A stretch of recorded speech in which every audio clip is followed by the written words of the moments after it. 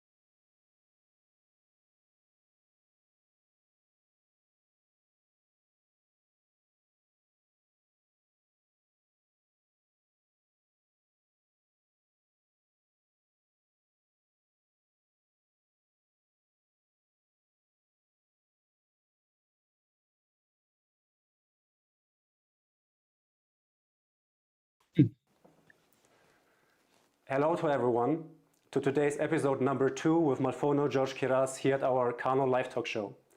We will talk with Dr. Josh Kiraz about his biography, the founding of Gorgias Press, and the concept of home. What does home mean to him, and how does he preserve the Syriac Aramaic heritage? Welcome, Malfono. Tawdi. I'm sorry I'm a bit late, fashionably late maybe. All good. I had a full day. All good. Because for you it's now lunchtime, right? So it is lunchtime and I just had my lunch. Yeah, correctly.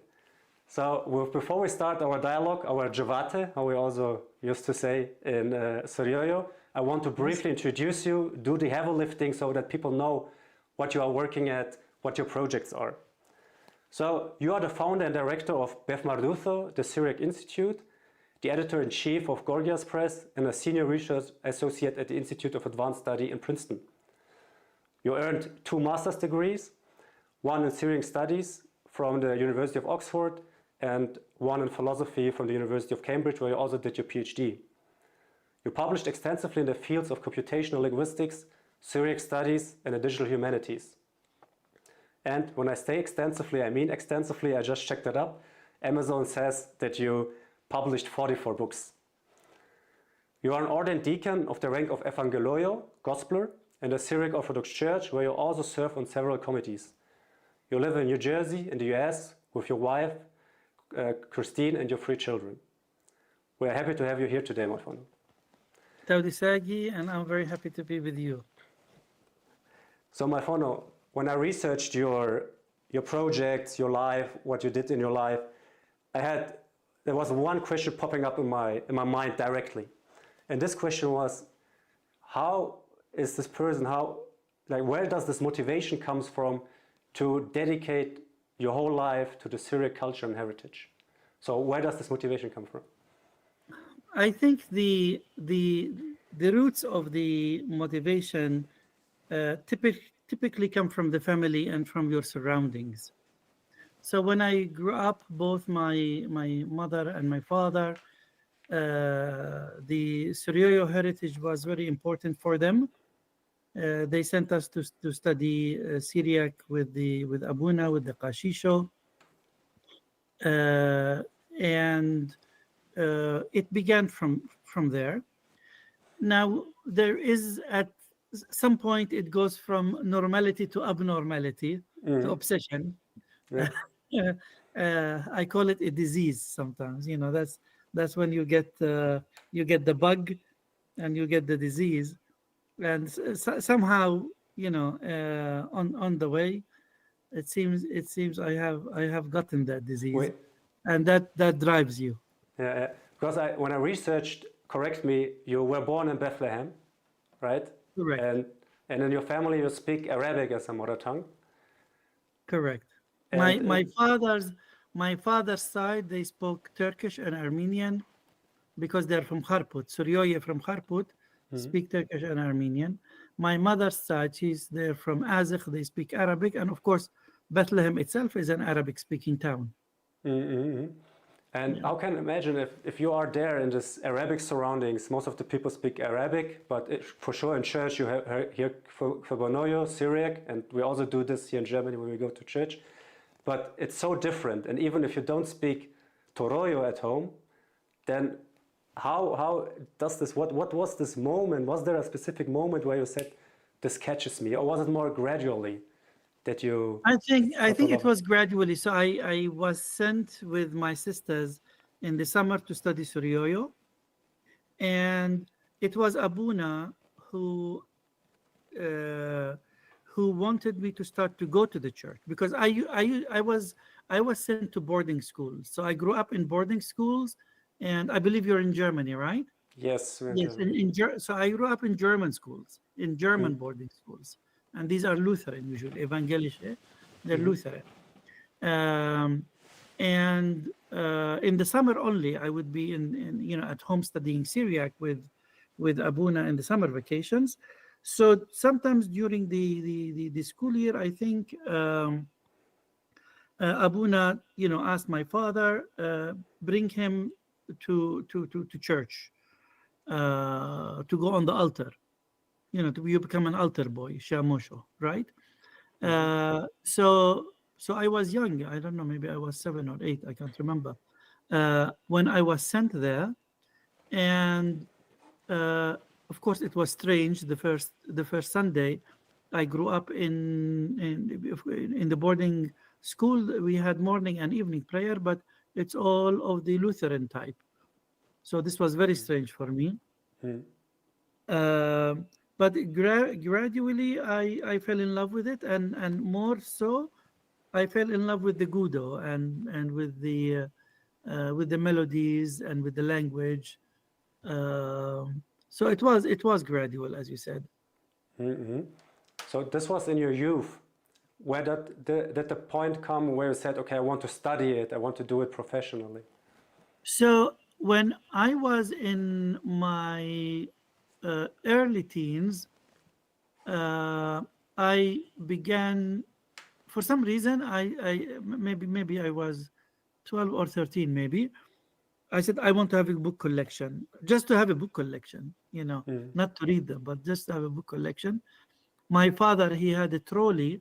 I don't know if you know what a trolley is. It's a small cabinet. You put on top of it something. We had a recorder on top of it.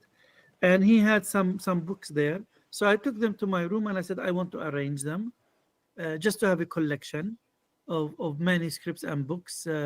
We had a few manuscripts as well.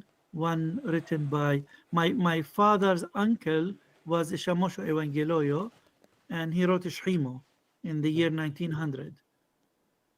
So I had those, and then I began to read them.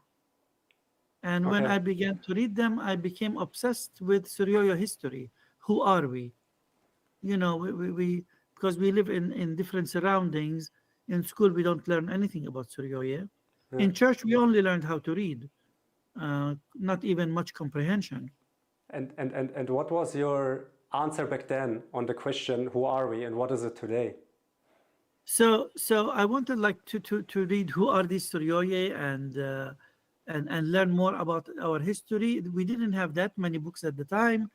We had books by Patriarch Afram Barsom, by Patriarch Jacob, a few by Dulabani, and Patriarch Jacob I did mention. And so I started reading the church history and whatnot. And I wanted to know more and more about it. Then I began to go to libraries, research libraries. There's one between Bethlehem and Jerusalem. It's called Tantur. It's a Catholic research library at the university level, basically. And then I found more books there. And I just kept reading and reading. And then I wanted to become a writer. I wanted to write myself. So I began to write. Of course, now you have a teenager writing, not academic writing. And that became my obsession, that I want to become a writer. I want to be, my model was Patriarch Avram Barsom. I wanted to become a writer like him. I didn't know him, obviously. He died before I was born, but that was my model. And and I went after it. And then Deiroyo Elio, he's now in our monastery in Holland. He was a Deiroyo in Jerusalem. He taught me calligraphy, how to write with ink, and he made. I will show you. People can see me, right? Yes, they can see you. You're on the screen. Yes. So I just behind me.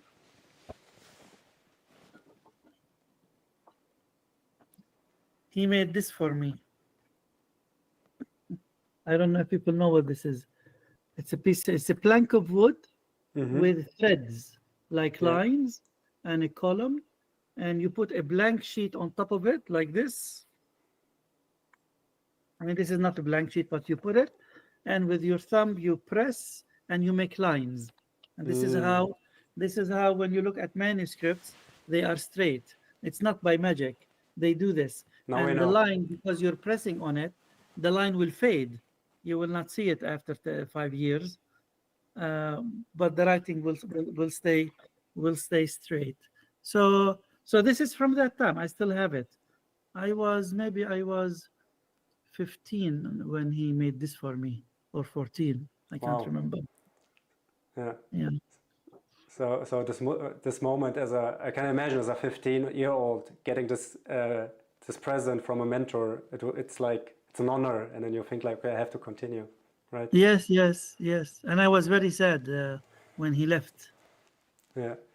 And then when was the moment when you left Bethlehem then for your studies? Because now you're in the US, right? Yes, we left in 1983. I finished high school, and by chance, my aunt in New Jersey was making immigration papers for us. And by chance, they take many years. And by chance, we received, after I graduated 1 month, we were thinking, what am I going to do? My only option is Bethlehem University, but I wanted to go to the US to study. It was not possible. And then we received a letter from the American embassy, the green cards are ready. And we had to pack and go very fast because the letter was dated before I was 18, and I had to leave before I became 18. Otherwise, my mom can go because my aunt made it for her sister. And as a minor, I can go with my mom, but when I am an adult, I cannot. They have to do papers for me, more years. So within, I think we heard in the summer, and by September we had to leave. Sorry, by November we had to leave. Mm-hmm. So then you were in the US, and then you tried to find a university there to study, right? Yeah. I mean, then once you're in US, it's easy. I went to the local community college. I started there. Then I attended. I went to Los Angeles, so one of the California universities in Northridge. I studied there. That I studied engineering, although I never worked as an engineer. This is something we have in common. I also studied engineering, but I'm not working as an engineer. Yes, but, Okay. we're Syria. You have to be engineer or a lawyer or That's true. something. Or a doctor. Doctor is the best thing. Or a doctor. There you go. Okay, then you did your bachelor's in engineering, and then the master's in Syriac studies followed, right? Yeah, bachelor engineering. Then I wanted to do Syriac studies professionally. I knew Syria from the church, and I was even teaching the young people Syria. But I went to a conference, a symposium Syriacum in Louvain in Belgium with Bishop Chichek, and I met Sebastian Brock there, and I told him I would like to study Syrio professionally as an academician. I am reading the books from the church, but I want to read academic books. And he told me that they just started a master's program in Oxford. I applied. I was the first one to get accepted in this program. Wow. But I had to delay it 1 year because they said, come. I said, no, I didn't finish engineering yet. I still have 1 more year. I said, can I come the following year? They said, yes, you can come the following year. And your parents will never allow you to just skip the engineering degree and then start studying masters, right? Yes, I mean, I wouldn't do it either because, I mean, I spent already, 3 years, Yeah, true. and I have this thing, which I also, teach it to my kids. You start something, you've got to finish it. Then do something else. But finish it, then move on. So you finished, and then actually there was no time to relax. You just decided to go for your master's to Oxford. Well, the master's was the relaxation because I thought I would work as an engineer. So I thought, okay, I will go do 1 year of Syriac in Oxford, and then I will go back and work as an engineer in the US. But after 1 week in Oxford, I said, heck with this, I'm staying. I like this. So then I after the PhD, the master's, I continued my studies in England. And how was it to study in Oxford with Sebastian Brock? Because he's well known on the field of Syriac studies, so you were directly on the source of, let's say, on the pulse of Syriac studies. How was it? Yes, it was really special moments because even at that time, Syriac studies was much smaller than what it is today. And because Sebastian is the hub, I felt that I was in the center of Syriac studies, although I just started. I was a student. But, I would go to Sebastian to read, and he would, we also do Javate. So he would say, oh, I received a letter today from this scholar and that scholar, and they're working on this, and they're working on that. So I felt like, that was the social media, all of it with Sebastian, So I felt I knew everything about anybody that was writing to Sebastian. He would tell me, oh, there's a project here, there's a project there. So I was aware of what was going on. It was really special. So we were in Oxford with Sebastian Brock doing this Javatat, and then you finished your master's there. And from there you did another master, right? In Cambridge. What was the idea behind Yes. it? Yeah. I mean, it wasn't by choice. They they forced me. Um, so when I finished my master's in Syriac, so the question was what to do the PhD on. And Sebastian said, I would love to have you do it in Syriac, but you have to know that the job market is difficult. You have talent with computers, and computers were just starting. So this is 1990. Personal computers became popular only 5 years before. They started earlier, but they became popular only a few years before. So this is the beginning of computing to the public, basically. So it was clear one can get jobs in computing. And then I showed him a book that I found one day. I was in a bookshop before I went to Oxford, and from a distance I saw this book with Egyptian hieroglyphics on the cover, and with zeros and ones like computers. Immediately that grabbed me. I went, and the book was called Natural Language Processing. I opened it and I started reading, then I bought it, and it was about how do you model a human language with the computer. Wow, and this is like 30 years ago, and we still talk Yeah, about it in terms of AI, right? yes. Still the same topic. All this AI you're talking about, we've been doing that stuff in the 90s, the infrastructure of it. The problem in the 90s, there was no computer power to be able to do AI, but the methodologies and the whatnot, we worked on those then. But now the computer power is allowing it to become a reality. So at any rate, to go back to the story, I showed the book to Sebastian, and he set me up in a meeting with somebody who knows about the subject in Oxford. And I thought, okay, I can do this. I can do Suryoyo with computers and Arabic, but it will be in computer science. This way I can combine them. Then they told me you cannot do it in Oxford. Oxford doesn't have this subject. You have to go to Cambridge. I went to Cambridge, and they liked me, and they said, okay. But they said the degree is called computational linguistics. So it's linguistics, but computationally. They said, we have a master's program. I said, yeah, but I want to do the PhD. Then they said, well, you don't know anything about linguistics. You've done engineering, you know Suryoyo, but you need to know linguistics also. So this degree, the master's degree, will prepare you. But I didn't have money to do it. That's the problem. I said, can I come to the class? Don't give me a degree. I will do it all. And then I'll start the PhD. They said, no, it doesn't work this way. Would be too easy. I had to do the second master's. Sebastian helped me. Bishop Chichek helped me, and I managed to do it. Wow. So it's like maybe 8 to 10 years just studying engineering, then Syriac studies, then the next master's, and then a PhD. Yeah. I was 10 years at universities. And now I can imagine, now I understand the story.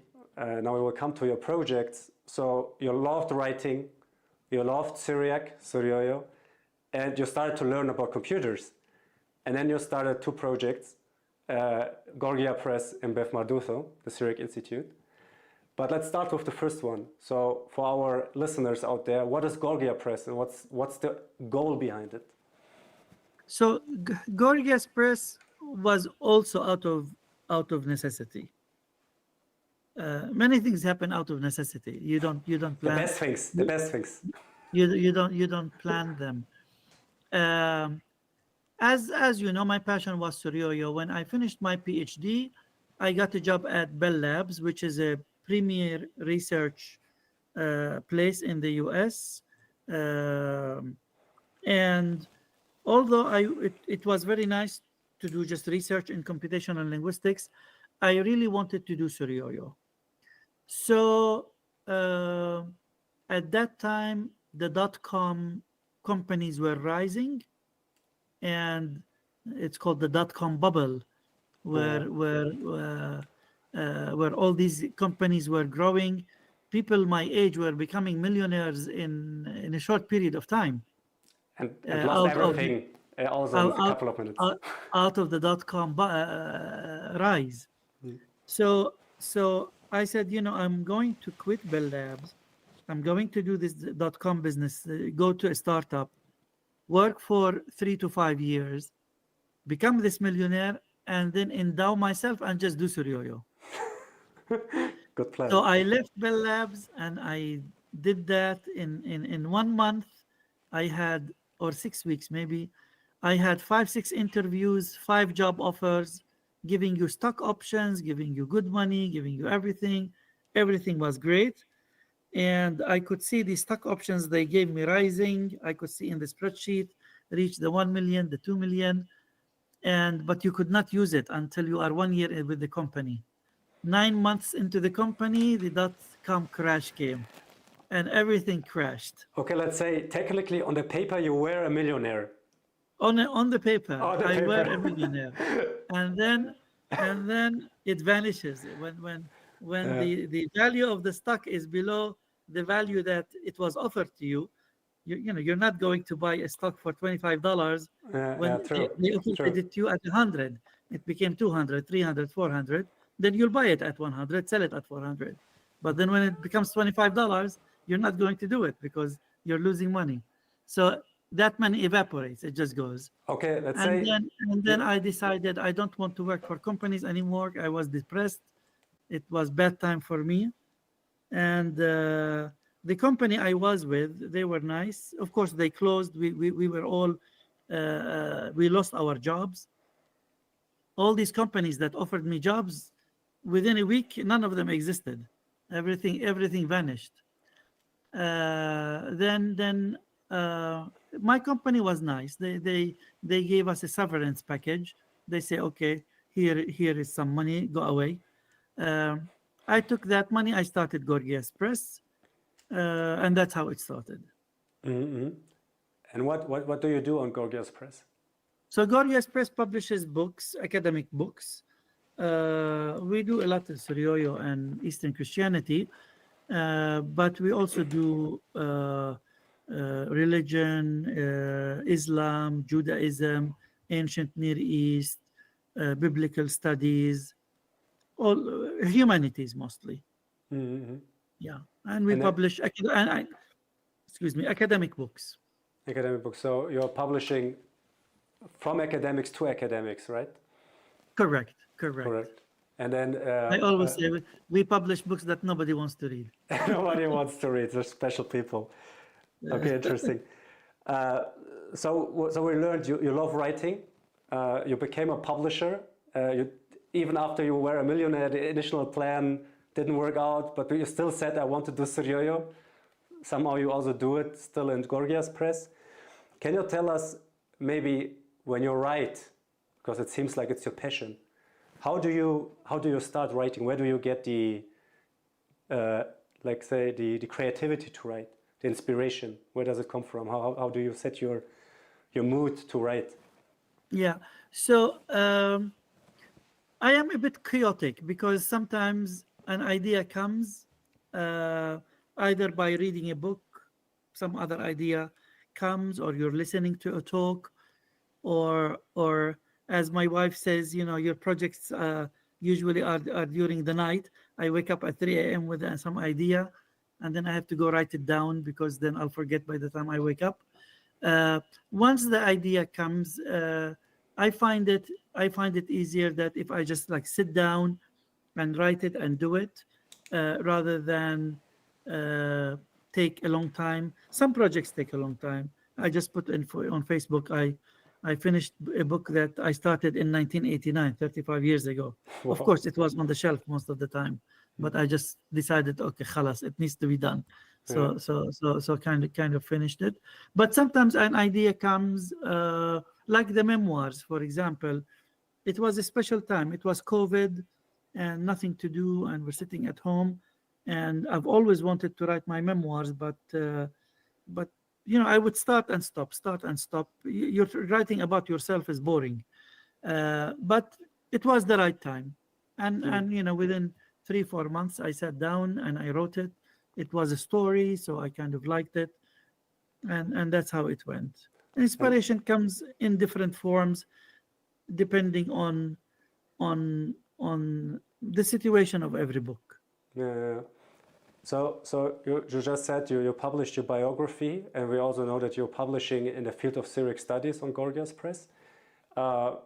So what kind of role does it play in the preservation of our culture? Because in my view, when you write as a Syrio, your biography as a Bethlehem boy, how it was as a Syrio to grow up in Bethlehem, it's already preservation of Syrio history and culture.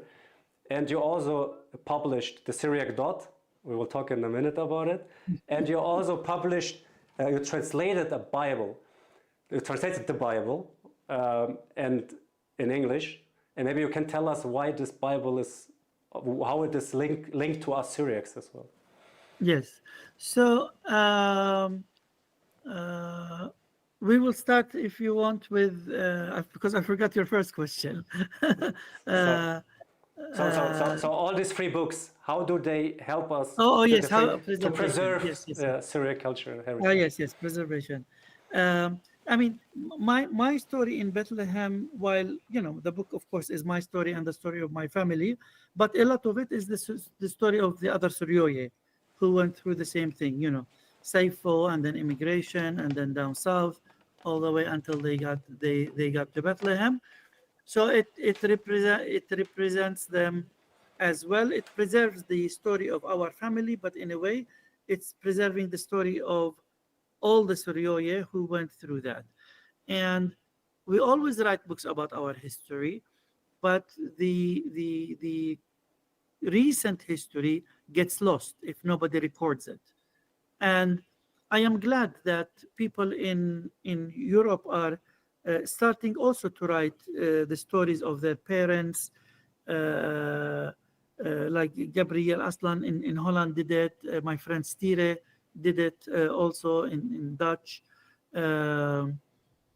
Preserving these stories is important because Syriac scholars work usually on earlier things, on more Ephraim and more Jacob and on the early history.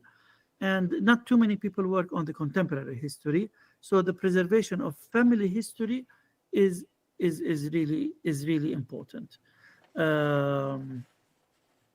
As for the dot, for example, of course, that's language is really my passion. So I get crazy about when it comes to dots and silly things like that. But you asked me, how do you come up with the idea and the motivation? The Syriac dot, for example, I was simply reading a book, English book, about English spelling. English spelling is a nightmare. Yes. But the author is writing a book to the general public and giving some rules and making some sense of it in a evocative way, in a storytelling way. And while I was reading it, I said, this style is perfect for the Syriac dot, because the Syriac dot makes everybody crazy who reads Suryoyo. You go on the Fanqitho and you're looking at all these dots and everybody is crazy and nobody knows what is going on with all these dots.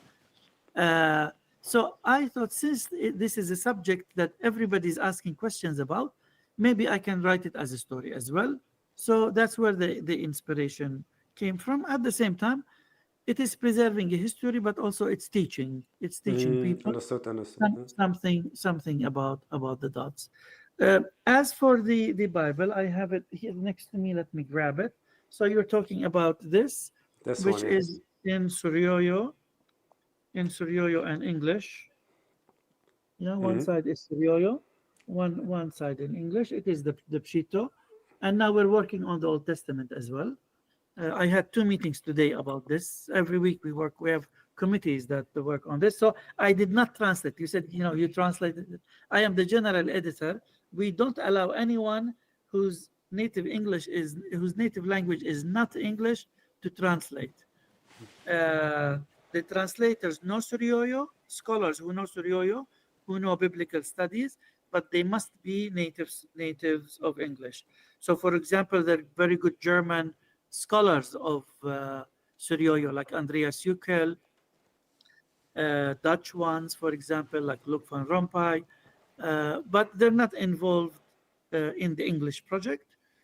More Polycarpus started the Gospels based on our project in Dutch, and Professor Lucas van Rompuy is leading that, but they can, it's their native language, Dutch, because we want the English to be fluent. Yeah. And how it relates to our church, the Bible comes to us in different recensions and in different versions. The Old Testament was written in Hebrew and Aramaic, the New Testament in Greek, but the Syrio translated it into Syrio, the Old Testament, by the 2nd century. By the 4th century, we have the New Testament, and this became the Bible of the church. When Mor Ephraim is writing a commentary, he's not writing a commentary on the English King James or on your German Bible. Yeah, when Mor Jacob of Surug is writing a Memro, he's writing the Memro with the Pshito in his head. So it's important for us in church to read our version of the Bible, translated into English or Dutch, or you guys maybe can start a project with German, not to take a German Bible, but to translate from the Pshito, because there are differences, because the Pshito is a very early text. These texts developed. So when the Syriac, although was written from Greek, you have Syriac. Greek changed and developed a bit. The German is based on that. Syrio is still here, So that's why sometimes people ask, why is there a difference? It is for these reasons that there are differences, and to make sense of it, sense of our liturgy, which is based on the Pshito, we should really, in my opinion, read the Pshito in Bible studies, in the churches, and all of that.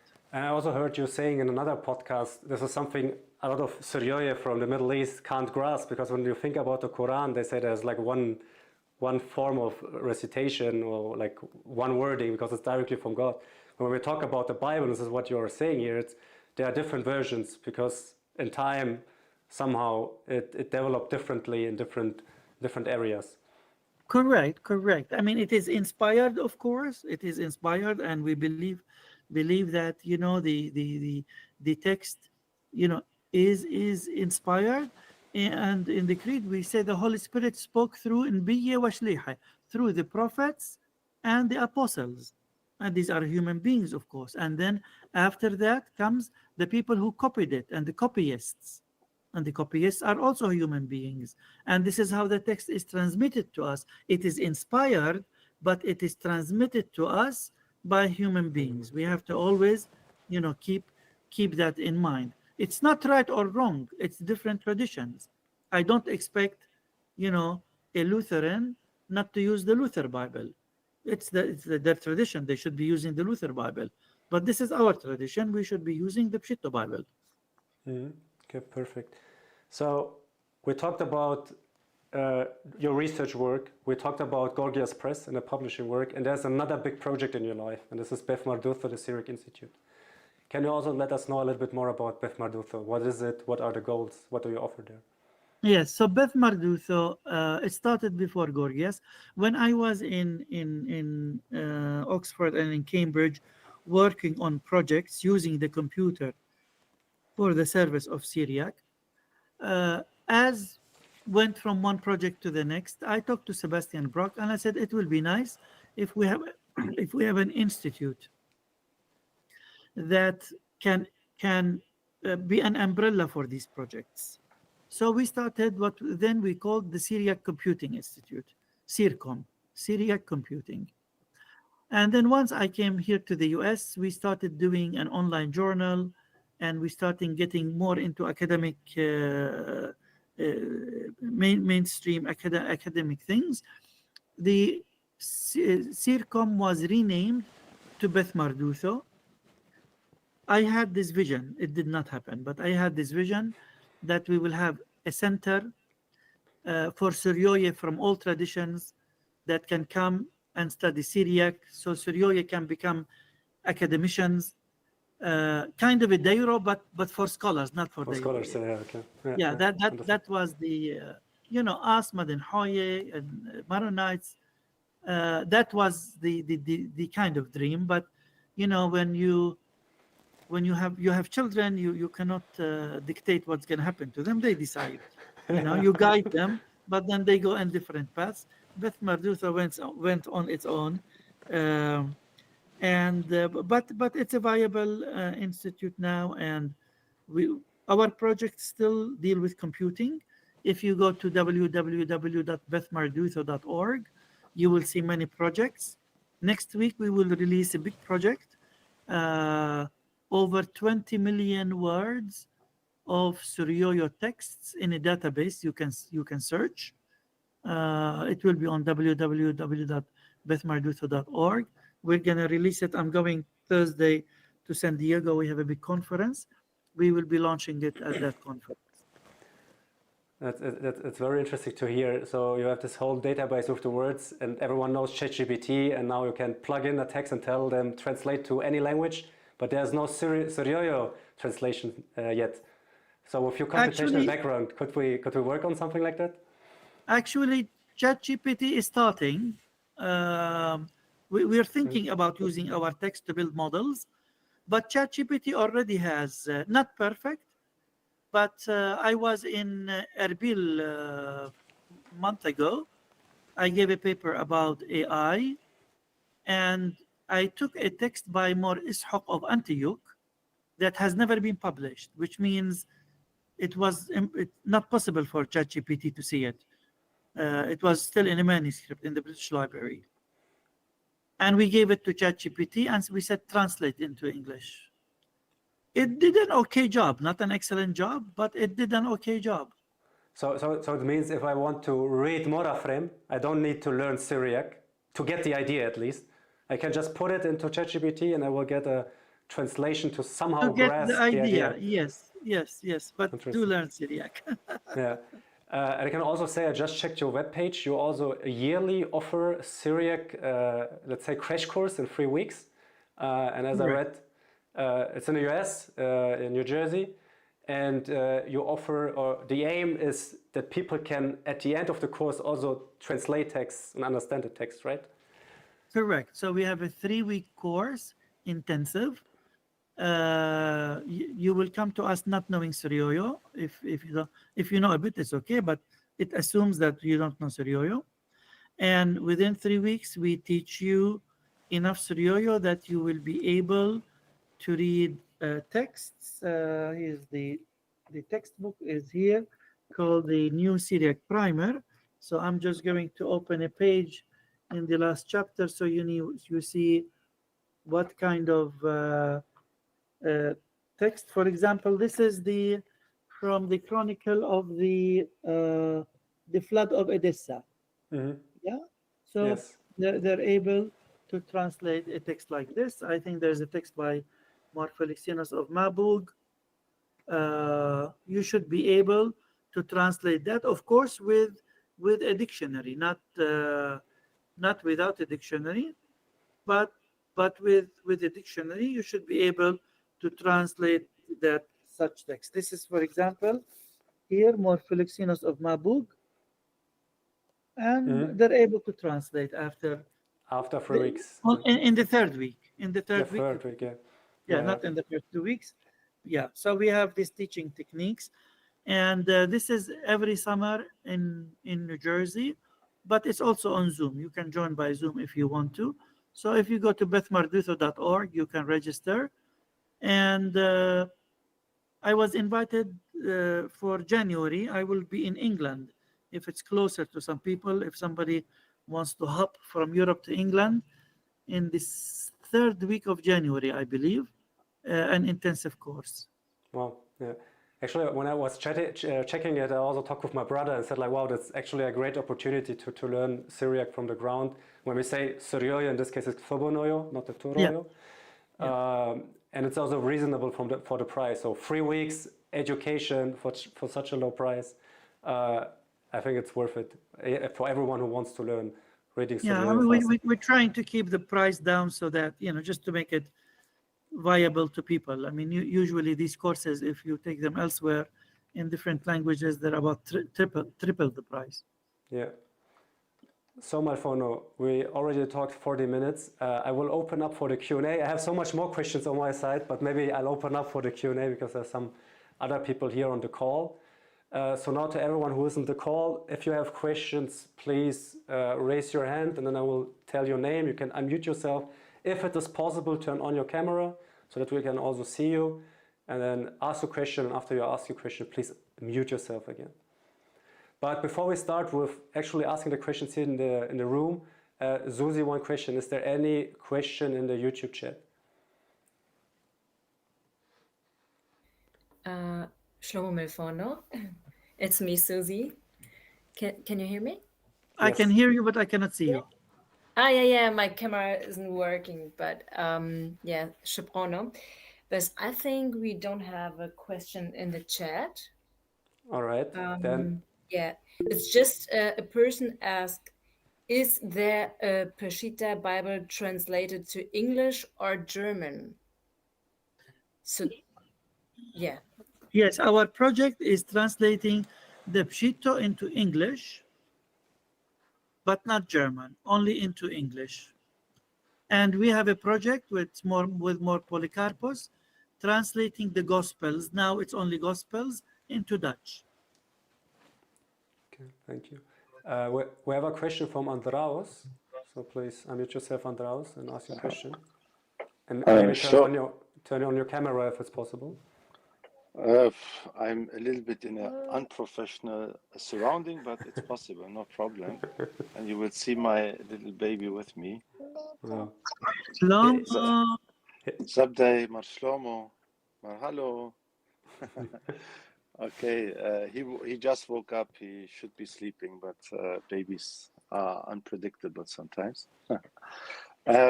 My question is, you have been in Erbil in the Syriac summit just 2 months ago, I think. Can you a little bit tell us about the summit? How was it? I think it was maybe the first time in Iraq. It's from my point of view, it's something great and also unexpected that it took place there. I saw some pictures on Facebook and social media, and it looked really amazing.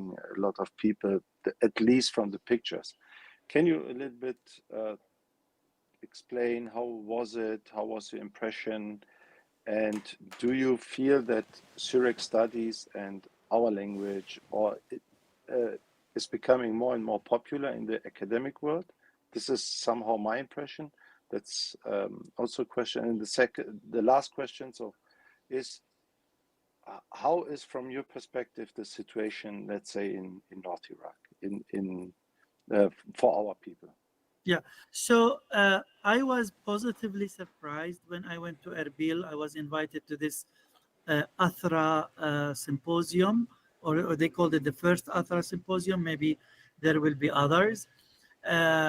So there are institutions in the north, in the north region, in Iraq that are governmental, basically institutions.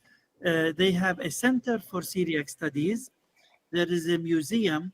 There is a library.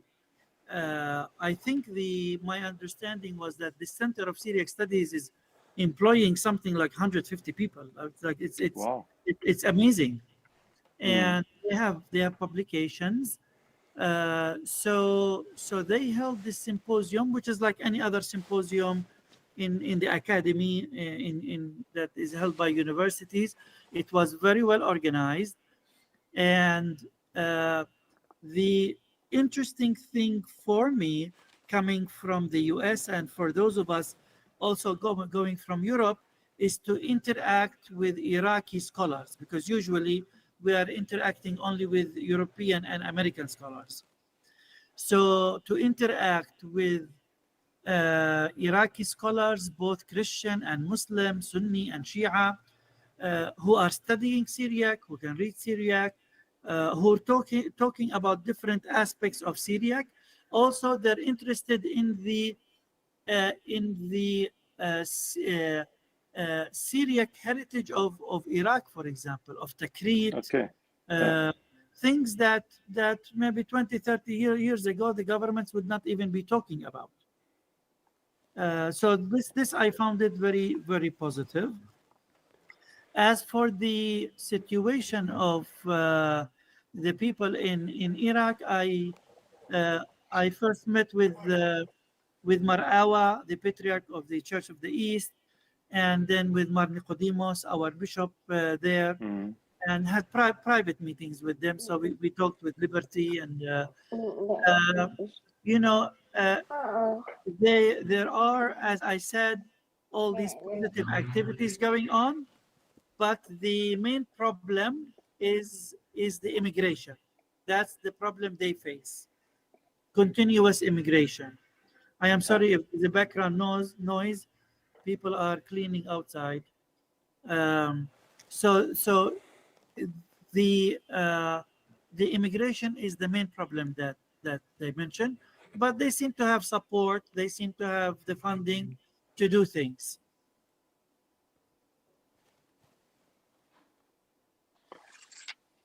Okay, thank you very much. Thank you, Andreas, for the question. So thank you, Andreas, for the question. Are there any other questions from the participants here in the room?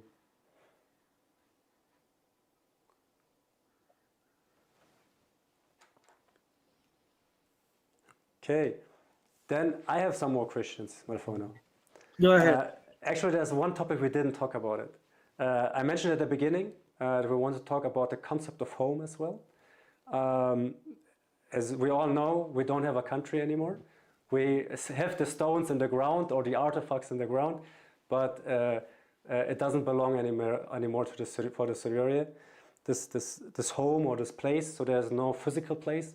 So how can we define home today? What is home for you, and how can we define it for us, Syria? It's it's a difficult question, and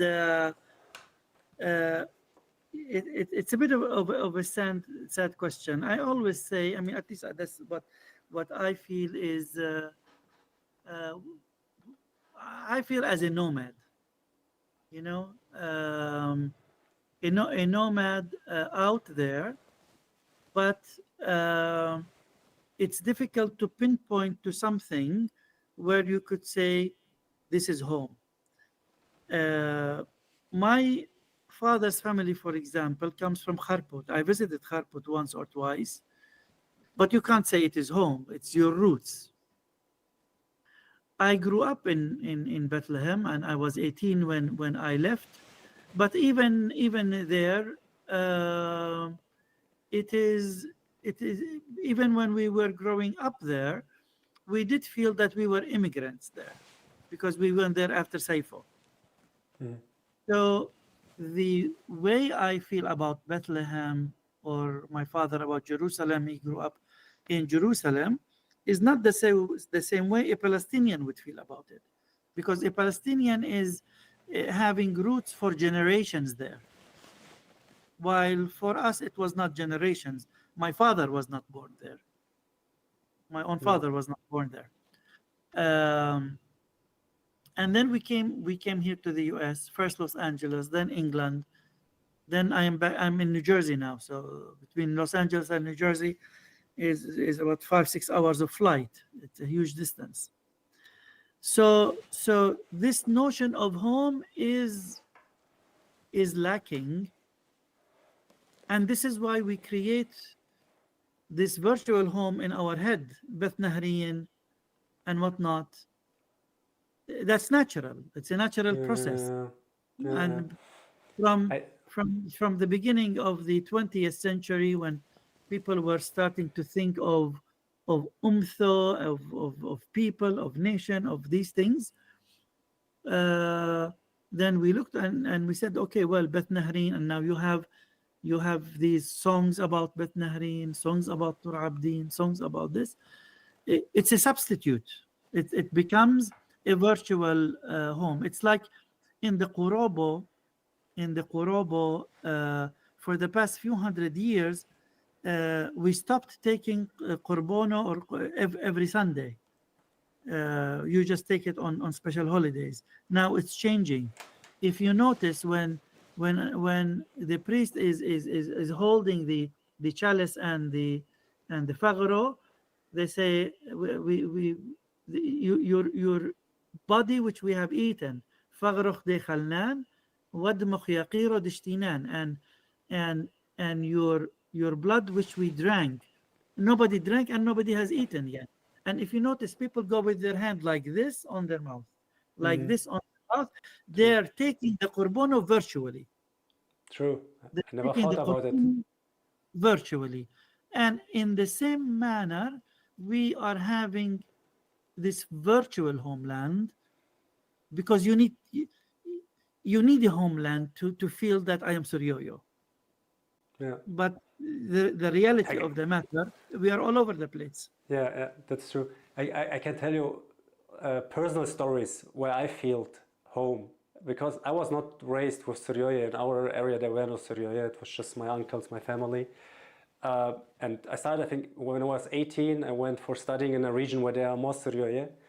And I found friends, Suryoye friends. And I don't know why, but every time when we did Javat and when we talked about different topics, it doesn't have to be about Suryoye, but I felt different.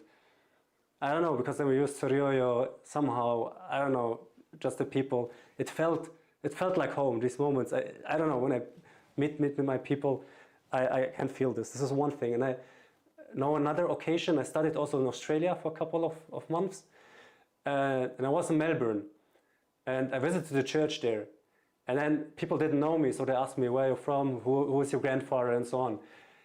And then I met former neighbors of my grandfather. So my grandfather was in Germany, they're in Australia, but they know each other from Qamishli. Ah, yes. So they told me, we know your grandfather, we were very good friends, and so on, come with us, and so on. And they invited me after one day to eat with them and everything. They told me stories about my grandfather. So I felt home. And similar things happened to me when I was in Sweden, when I studied in Sweden. I met people who said, like, oh, we are relatives or somehow, and invited me to their home. So I felt home. And even for me, last year, it was the first time going to Tur Abdin. In Mardin, I didn't feel that. But when I was on Tur Islo, I don't know, I never saw Tur Abdin before, just from the stories of my grandfather. But somehow I felt home. I don't know why. No, true. I mean, and it is amazing. I mean, I travel a lot also, and you just go into a Suryoyo home, or you go into a church, or you go into a hudro, and although you would be in a country that you're a foreigner there, either Holland or Germany or Sweden when I go, or whatever, all of a sudden you are home, yeah, and they make you feel at home. You feel relaxed, as if you are at home, and it's our post safer life that kind of creates that context. Yeah. Do you think it's something like what we start today? We are interviewing you. You're in the US. We are in Germany. We speak in English so that everyone can understand. Most of the younger generation understands. I know you were also in another podcast, Logos, from our Dutch friends. So do you think this could be a way for us to connect globally? To somehow build a virtual home? Yeah, definitely. I think this is technology now allows us to have these virtual homes as well, to be together. But it is also nice to have the physical touch. And I wonder if your groups, the groups of the youth. I know there is SIG, and you do SIG here and there, which is also positive. But also the different groups, maybe you can organize visits, maybe not always transatlantic because it can get expensive, but make more of an effort to visit the groups in Sweden, in Germany, in Holland. They are next to you, in Paris. Establishing these, it establishes these bonds. Yeah, I know what you mean. This is something what we do partially. Like every year there's some exchange, but then it's always like 20 people from Germany, 20 from Sweden, or 20 from Germany, 20 from Australia. So it's on a very small scale. But that's good. I mean, it becomes chaotic if you take 200 people, but That's true. you can do 20 and then some other 20 will go, and you could do it that way. What I also felt from what you said, beside of the having a physical home and the people around us, there's also the language aspect. And I have the feeling from what we talked about in the last 1 hour is that somehow you also feel home when you read Syriac. And this is something what I feel, and this is what I also observed when I was in Brazil, because we have Syrian who are, before Saifo, they went to Brazil. Somehow the first thing what we lose, before we lose let's say the Syriac tradition of the church, the first thing what we lose is our language. How can we somehow counteract this one? Like somehow keeping the language? Is there, from your knowledge, from your experience, is there any way we can somehow preserve it on a bigger scale? I mean, we can do as much as we can. The problem with language is that it's difficult to beat when you are living in foreign surroundings. But which means the only way to do it is to study it, because you're not going to grow up with Ktobonoyo. But the language is really a bond. I was in Armenia, in Achmiadzin, and there is a village of Assyrians from the Church of the East, from Urmia, who went to Armenia about 100 years ago. And they invited me to go there. So I went there. It was a distance. They sent a car, and they were quite nice. And I very much enjoyed that trip. I arrived, it was during liturgy, so I entered the church. And it's Ktobonoyo, of course, in the church. It's Syriac, but if you know Ktobonoyo, you know both. And you feel at home. Because of the language, you feel at home. Although the liturgy is different, it's a different tradition, but immediately you feel at home. So language is really a key to me for keeping Syrio-Youth, for keeping the bond for people together. Yeah. So that's why it's important to study it. But of course, we can't expect anybody, everybody. Not everybody is a bookworm, and not everybody is into spending hours studying. But those who can, you would really feel something when you learn it. Okay, thank you. We have one more question from Andraus, so please feel free, Andraus. Shlomo, my phone now. Regarding the language, there's endless discussion among our people. Should we teach Toroyo or shouldn't we teach Toroyo? There are a lot of, let's say, Kshamoshe clerics who are often against teaching Toroyo because they fear that Ktobonoyo will become weakened if we start teaching Toroyo. And there's another, let's say, people who say, okay, the best way to strengthen Ktobonoyo, so Syrio Ktobonoyo, is to teach first Toroyo, because we speak Toroyo still, at least in Germany or in Sweden. In some areas we still speak Toroyo, so it's a spoken language. So the easiest, let's say, step is to teach Toroyo first, maybe give the kids a good level of Toroyo, and then make the next step to Ktobonoyo. So there are two parties, let's say, two ideas to this topic. How is your stand, or what is your view on this topic? So when you learn a language, I think the first question you should ask is, what is the purpose?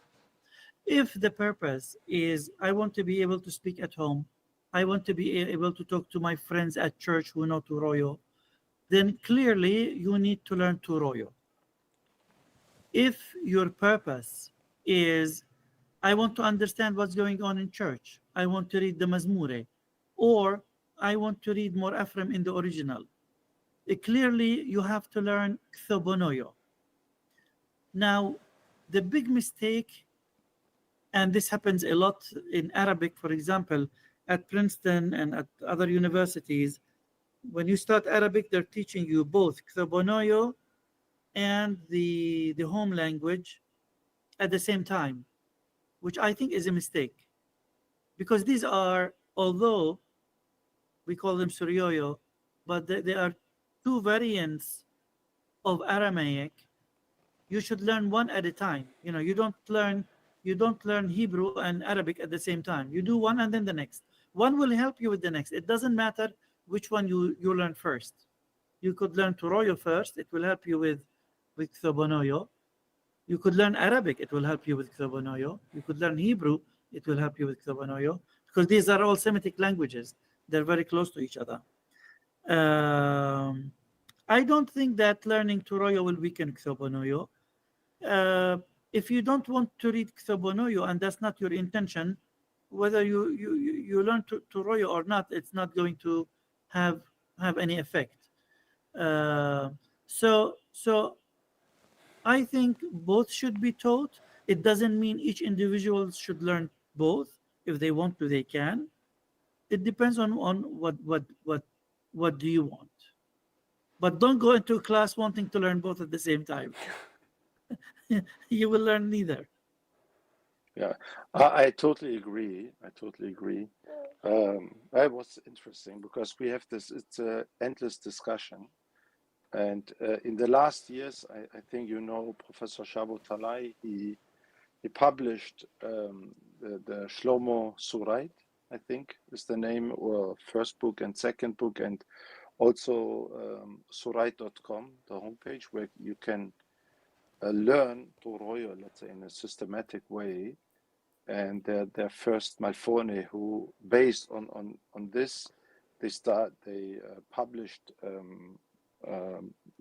teaching books for kids to teach Turoyo. So there's a little bit movement on this direction to say, okay, because our kids, especially the Syrian from Torabdin and Kozarto, who are more or less the only one who speak Turoyo or Surait, how you want to call it, they fear, or I have to say we, because I'm also one of them, we fear that our kids will forget the Turoyo, because that's what we are seeing right now. If you go to Netherlands or to Germany and you talk a very easy sentence in Turoyo to the kids, usually they don't understand.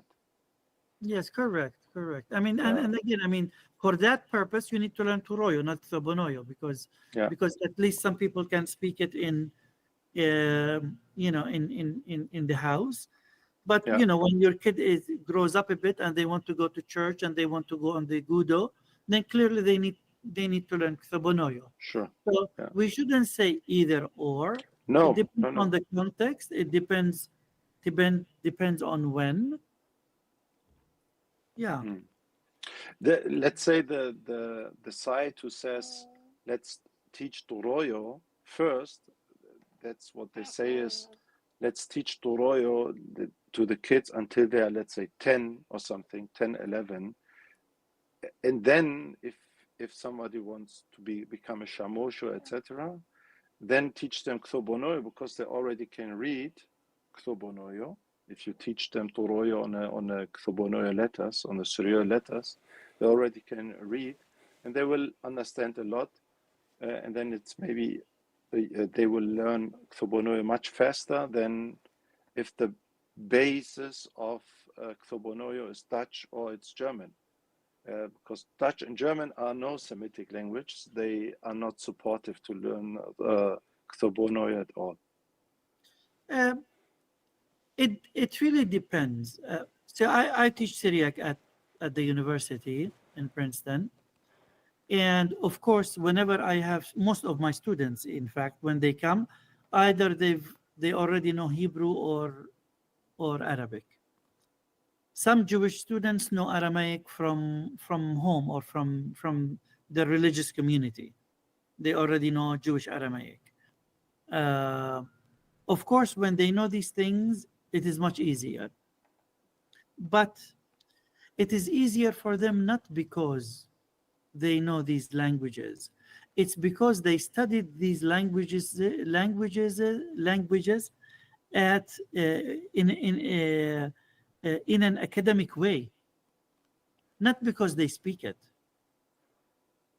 So because they were taught the grammatical system of Hebrew or of Arabic, then they can relate it to Suryoyo. Or if they know Suryoyo and then they go study Arabic, it's the same way, because the grammatical system is similar.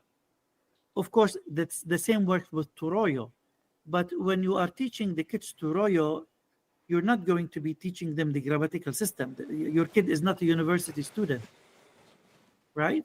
You're teaching them how to speak. So although that could help with some vocab, it's not your child who learned Turoyo and the other child who did not know any Turoyo are not going to have that much of a different of an experience. In fact, in some cases, the child who didn't know Turoyo could do a better job because in some cases, depending on the question, in some cases, Turoyo is misleading your child. The same way with my Arabic and Hebrew students. Knowing the system helps them a lot, but sometimes there are false cognates. There are things that have changed between these languages. And Arabic tricks them, Hebrew tricks them. So Turoyo could trick you sometimes. So it's not a clear answer this way or that way. Yeah. Okay. Right. Thank you very much for your opinion. Thank you, Andreas, also for your question. So, Malfono, we took already over 1 hour from your time, but we want also to end the session with 2 more questions, easy ones, I promise. The first one is, because we learned about your past, we learned about what you're currently working on. What interests us is, what does the future look like for you? What projects are you currently preparing? I'm trying to close my projects. I am aware of my age. I'm still in my 50s, trying not to get 60, but it's coming very soon. 60 is coming very soon, few months. Yeah. This Bible project is still going to take about 7 years or so. I need to finish it. And I showed you the language book. I'm also writing a detailed grammar of Suryoyo in about 5 volumes. This will take many years. So I tell people I'm not starting new projects. I need to finish these projects first. Okay, that's good to know. So I have that, and I am hoping to write the second part of my memoirs, which is life in the diaspora. Yeah. Okay. Well, this would be probably interesting. If I for a finish lot of those, people. I'll be happy. They will be happy. Okay, so this leads me also to my last question. So when we want to learn, if someone wants to learn more about you, they can read first your biography. At second, how is it possible to learn more about your projects? How is it possible to contact you? Maybe you can say some words about this. You can go to the website Beth Mardutho. Maybe you can write it on the We will video link at it. some point. Link it, yeah, bethmardutho.org. All our projects are there. And yeah, you could even see how you can in Beth Mardutho we have B'nai Beth Mardutho. You can become part of the B'nai Beth Mardutho, part of the community. It's a way to support Beth Mardutho. We have young people in Qamishli and elsewhere in the Middle East whom we are giving them jobs because the situation is difficult there. And instead of sending money to as help, we give them actually jobs. They feel better about it and about themselves. They're working on Suryoyo projects. You know, I told you about the 20 million word database. A lot of it, it's people from who are there, who are working with us on these projects. You can also take part of this project to support them, so we can continue to hire them. There are many ways to take part. Okay. Thank you very much, Malfono. Thank you very much for your time today. Thank you for the last 40, 50 years working in the field of Syriac studies. Thank you for that, preserving our culture and heritage. To everyone out there in the live stream, this was our second episode. Each month we will have an episode. Next month again with someone special. Thank you very much, Malfono. See you soon, probably. Taudi Sagi, Taudi to all of you, and keep it up. Thank you.